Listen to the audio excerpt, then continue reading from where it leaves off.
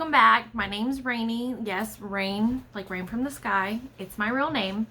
And today is my part 2 of my first video, my frustrations with infertility.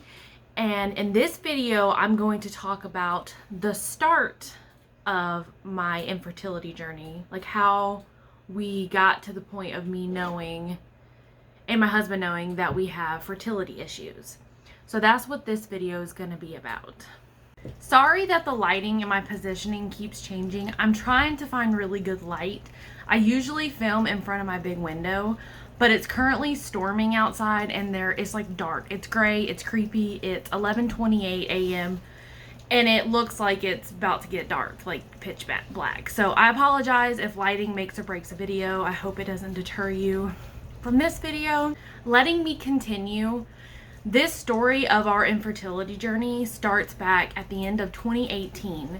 And at the end of 2018, my husband's lower back started hurting him really bad. And he just kept pushing it off like, oh, I just pulled a muscle or something, because he had been playing basketball a week before the pain kind of started. But I persisted. I'm like, you need to go see a doctor. So he goes to the urgent care, and that's when they notice that one of his testicles was hard. So they're like, okay, this could be nothing, but you need to go see a urologist. So they send him to a urologist, and the urologist takes a look at it. He's like, it could be something like epididymitis, which is like the hardening of the testicle. So it could be no big deal.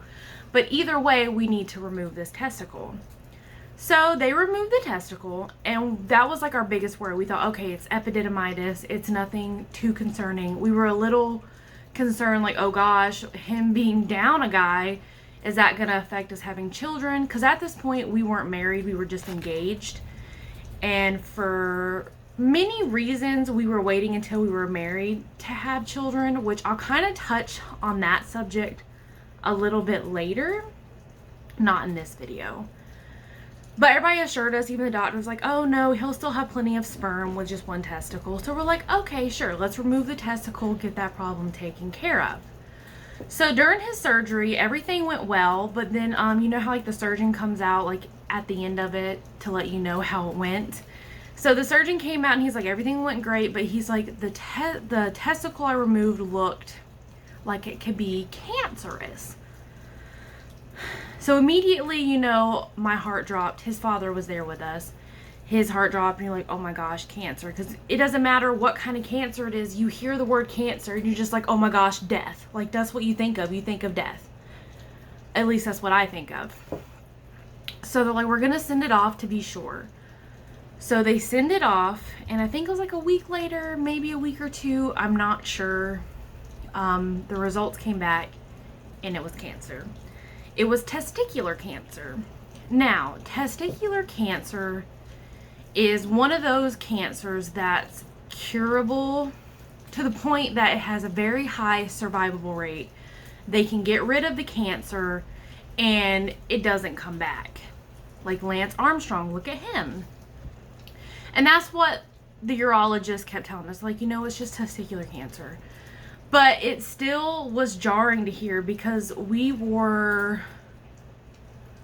my husband was 26 at the time. I believe he was 26. That's fairly youngish, and you have testicular cancer. So it was scary. It threw our life for a loop. Everything happened so quickly. We had to wait to get... sorry if you hear a lot of noise. Like I said, it's storming. But anyways, we had to wait to hear back from an oncologist, which we did. I think it took a week, so it was like a week of us waiting around.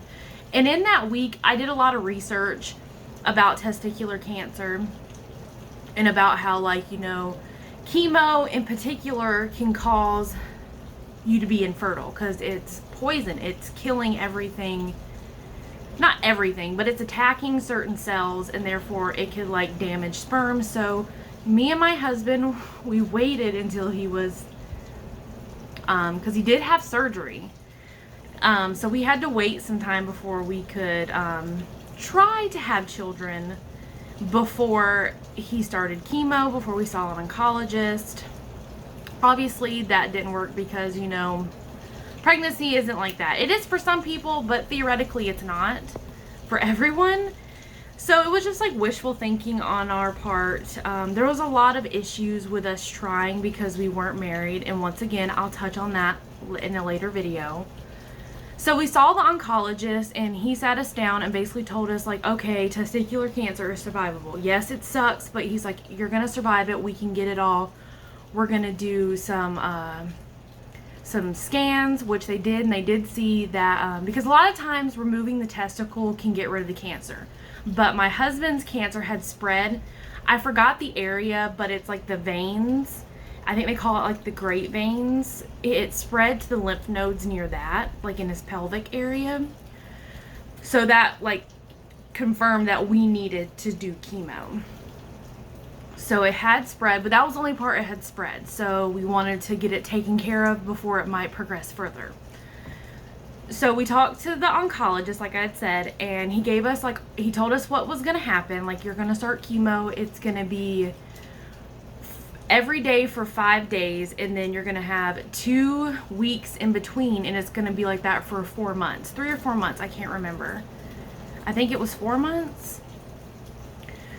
But he was like, with testicular cancer, a lot of the times people who have it are already infertile. So he gave us that little bit of information. So that kind of was like, oh God, it might already be kind of a lost cause. And at this point, I was already feeling very devastated even before we saw the oncologist, because so much had to happen. You know, we were trying to figure out what to do if we couldn't have kids, and like where were we gonna live, because at this time we lived in an apartment, and it was a fairly expensive apartment. And we figured that, you know, him going through chemo or whatever he was going to have to go through, we weren't going to be able to afford it. We wouldn't have been able to afford to break the contract, because we had literally just renewed the contract for another year. And we're like, what are we going to do? Like, this is just so freaking stressful. So we were able to talk to the manager of the apartment complex. She let us out of our lease. Thank you. I cannot remember her name, but I appreciate her so much, because she was super understanding. She let us out of the contract without any fees. And then it was like, where are we gonna go? His parents was like, oh, you can move in with us. But his mom's allergic to cats, and at the time we had 3 cats. Well, 4, because our female had just had a kitten. And that was really stressful, because it was like we couldn't take the cats with us. And it was like everything was being decided for us, essentially. And I get that people were trying to make our lives easier, but it was like we had to be out in a week. And then it was like everybody was making decisions for us. Once again, I get it. They were trying to help us out as much as possible, because, sorry, my cat's right here. He's really scared because it's thundering and lightning. So if you see something moving, it's a cat. Or if you hear him making noises, it's because he's scared. But I'm really trying to get this video put out.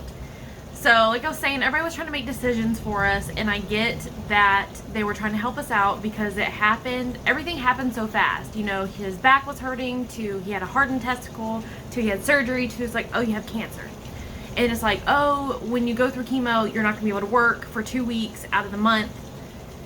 So you're not going to be able to make as much money to afford your apartment. So you're going to have to move out of your apartment. So it's like, where do we go out of our apartment? Oh, his parents were like, you're going to move in with us. Great, but you can't bring your cats with us because your mom's allergic. Great, so it's like us trying to find who's going to take care of our cats. And it's just like, everything was so heartbreaking. I remember being at work, and everybody knew that my husband had gone through surgery, and they were trying to be like, oh, you're still going to have kids. You're fine. You know, they were trying to be on that path. Like, oh, everything's fine. 1 testicle, he can still have children. And we're like, okay. And then we found out it was cancer. And then it was just like, you know, you're gonna get through this. And I just remembered going on like my break or my lunch break and just crying. Just crying. I would sit in my car and I would just cry, because it was like my life was no longer our life. My husband's and my life was no longer in our hands. Like, we had no control. And for someone who likes to be in control, and I think humans in general, you know, you want control over your own life, and if you don't, whatever. But the fact that our control was taken away from us, all of our decisions were being made for us. It was super. It is literally raining as much outside as I cried during this time. How ironic. And what's even funnier is that I'm terrified of thunderstorms and like bad weather, and I think that's so hilarious since my name is Rainy. It's like irony in a nutshell. But where was I? Everything was decisions were being made for us. We had lost all control of the situation.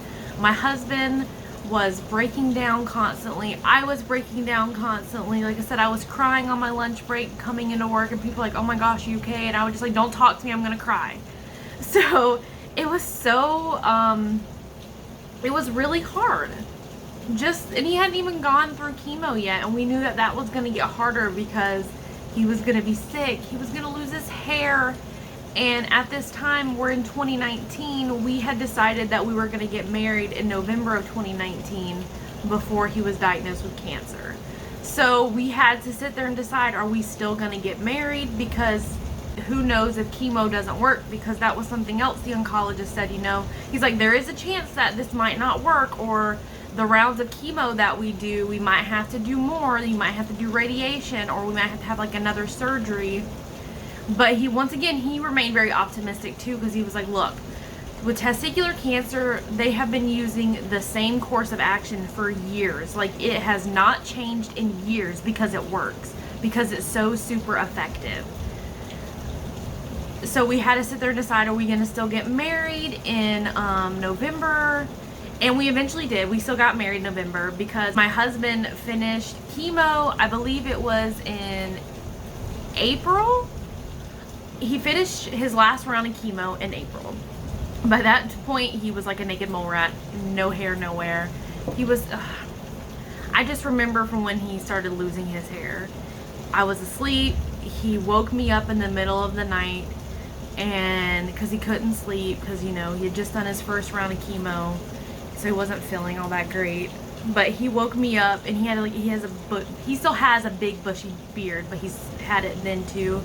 And he's like, babe, look, and he just starts pulling it, and the hair is just coming out, and he's pulling his head, like, and he starts crying, and it was just, it made it real. It made it real for him and for me, because it's like, okay, we're starting to see the effects. I mean, like, seeing him in the chair getting his first round of chemo was pretty devastating too. But he went through chemo. Medication has come a long way, so he didn't like get sick. Like, he felt nauseous, but they had so many medicines they had given him. His PICC line didn't get infected, which is it's like a tube that goes into through here to your heart. It's where you receive the chemo. It didn't get infected. You know, everything couldn't have gone better during the process of him going through chemo. He responded really well to it. His blood work was improving. So it was like, okay, it's working. But then we still had that fear of, is this going to make it where we're not going to have children? Because when we had the first consultation with his oncologist, they told us that, you know, if you want kids, you might want to go freeze some sperm, but that costs money. And we only had a week from when we talked to the oncologist to him starting chemo. And in that week, we were moving. We were trying to find a home for our cats. We were trying to just do all this stuff. I was still working. I couldn't take time off. I think he was still working the week of. So it's like we didn't have time.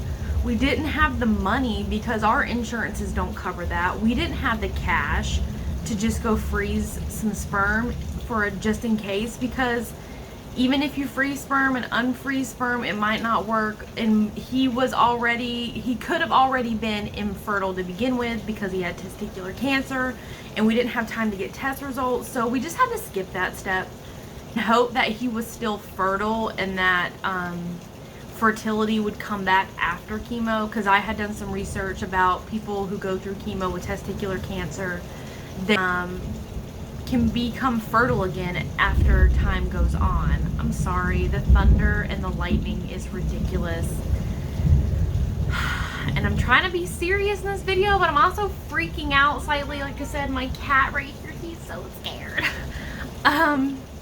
So I'm sorry, this is a really serious subject, and I can't help but keep looking around. I'm trying to make sure like a tornado doesn't fall out of the sky. Gosh, I'm sorry about the flashing lights. I'm sorry about the pouring down rain. I'm sorry about the bad lighting. I'm sorry.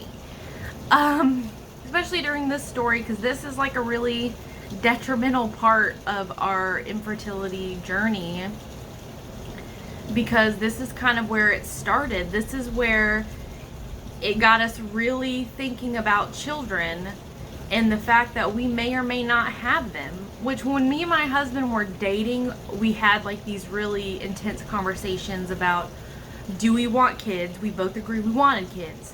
When do we want them? We're like, okay, for certain reasons we're gonna wait until we get married. And I was like, okay, what happens if one of us can't have kids? Oh God, it's like it's angry that I'm talking about this.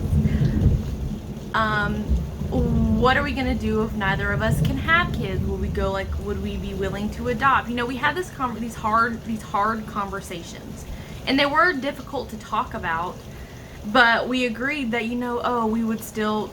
These were conversations at the time that we thought were hard and that we thought we could answer easily. Like, you know, yeah, if we can't have children, we're still gonna love each other, which we still love each other. That's not gonna change. And we're like, yeah, we'll adopt, you know, we'll do all this other kind of stuff. And then now we literally got slapped in the face with those decisions. I'm sorry. We literally got slapped in the face with those decisions, and they're a lot harder when you're actually going through them. I'm just putting that out there. So getting back to my husband, after he went through chemo, he did all his blood work and scans, and he came back cancer-free, and he's still cancer-free to this day. This is October of 2021. He started chemo in late January, early February of 2019. He's still cancer-free. He still has to do like CAT scans, CT scans, blood work. They're still great. He is fine. He had hair by the time we got married in November of 2019. Everything was fine. We kind of put the idea of us having children on hold because we knew that his body needed to recover from being poisoned. So the lighting and everything's changed again. I waited until the storm passed, but now I don't have power. But I really am trying to get this video finished, so I'm just going to keep cracking on. So the last thing I was talking about was how we waited close to a year, maybe about 6 months, from when my husband finished chemo to us actually talking about us having children again.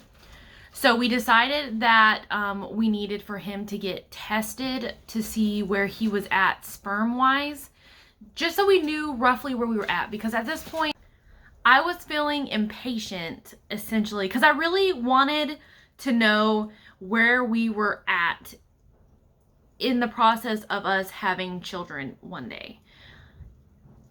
And I kind of regret that I was so impatient, which I still am impatient. But I felt bad. I feel bad now looking back at that, because at that point, we thought that us having children was all in his hands. Like, if we weren't going to have children, it was because of his cancer. And I didn't blame him. I wasn't going to blame him if we didn't have kids. Like, I didn't go, oh my gosh, I can't have a kid because of him. No, that was never crossed my mind, not one time. I blamed the cancer. It was just one more thing to just happen. I didn't blame my husband at all. He, of course, would have moments where he would break down and blame himself and think that I was gonna like leave him, or that, you know, we weren't gonna last because he couldn't give me a child. And I understand why he felt like that, because I'm sure like all kind of stuff was just going through his head, my head. But I never felt that way. I never faltered in loving him. I never blamed him. I was just like, it's an unfortunate thing that happened to a really good guy, and then now we have to suffer the consequences of something that was out of anyone's control. So, like I said, I was feeling impatient. So we decided, I think it was 6 to 7 months after his last chemo, that I was like, you know what, maybe we should go to fertility clinic just to see where you're at. That way we can kind of gauge and plan our life, to plan as much as we can around whatever we got working for us. So he went and did a sperm sample. The results came back. We talked to a fertility doctor. He told us that he was not technically infertile, that there were sperm, they were moving, there was just few of them, not a lot of sperm, and that a lot of them were deformed, which is common because he went through chemo. The chemo is this poisonous thing and it caused damage to the sperm cells. It's normal. So he was like, yeah, so you're not a lost cause. You just have low sperm count and low mobility and low irregular sperm. I mean, high irregular sperm, low normal sperm. So we talked to the doctor and he was like, I can put you on some medicine. I don't remember what the medicine's called, but it's essentially a medicine they actually give women who have low egg count, and it kind of increases the woman's egg count. And it can do kind of the same thing for a man with his sperm count. So he did that. So he got tested again after being on the medicine for a while. And we went back to the doctor. The doctor was like, oh my gosh, so much improvement. Like, all his numbers went up immediately. His sperm count increased. Yes, he still had a lot of deformed sperms, but they were like, there's a lot of good ones in there now too. So we were like, oh my gosh, yay, great. So at this time, we were still constantly trying to conceive naturally. At least now we felt like, okay, it's not for nothing. There's still a chance that we can have children, that his sperm count's going up. It could still happen, because I think I might have mentioned this in the last video. I'm not sure. But naturally, nothing's wrong with a male and a female. It's only like roughly a 25% chance that they conceive naturally anyways. The world's been populated by that 25% chance, so it doesn't seem that low. But so it's still really hard to conceive naturally, and we still had a lot working against us. So we cracked on with trying to have children. And then it's just like, I felt like something was wrong. So that's where I'm going to end this video. I'm going to talk about my infertility problems in the next video and how I discovered that I had fertility issues. So I really hope you enjoyed this video. Once again, it was kind of a mess. It was kind of all over the place. The weather did not want to cooperate. I live in the South, and anybody who lives in the South knows that the weather is super unpredictable. When I started filming, it was not that bad, and you're going to be able to see the progression in this video of how the lighting gets worse and worse and worse and worse and worse. And I'm so sorry. So the power's back on. Once again, just adds to the layers of the craziness of this video, and I'm so sorry. I can't say that enough. So now I'm going to actually film the outro. So I really hope you enjoyed this video. I hope you like it, and if you did, please hit the like button. Please subscribe. You can leave a comment. I'll try to talk to you in the comments. And I just hope you learned something from this video. I'm just out here trying to share my story. I'm not hoping to change people's lives or to feel sympathy, or for people to feel sympathy for myself. That's not what this video is about. Once again, this is just an outlet for me to talk about what I went through. And we will continue my journey in the next part, talking about my infertility issues. So stay tuned. Bye.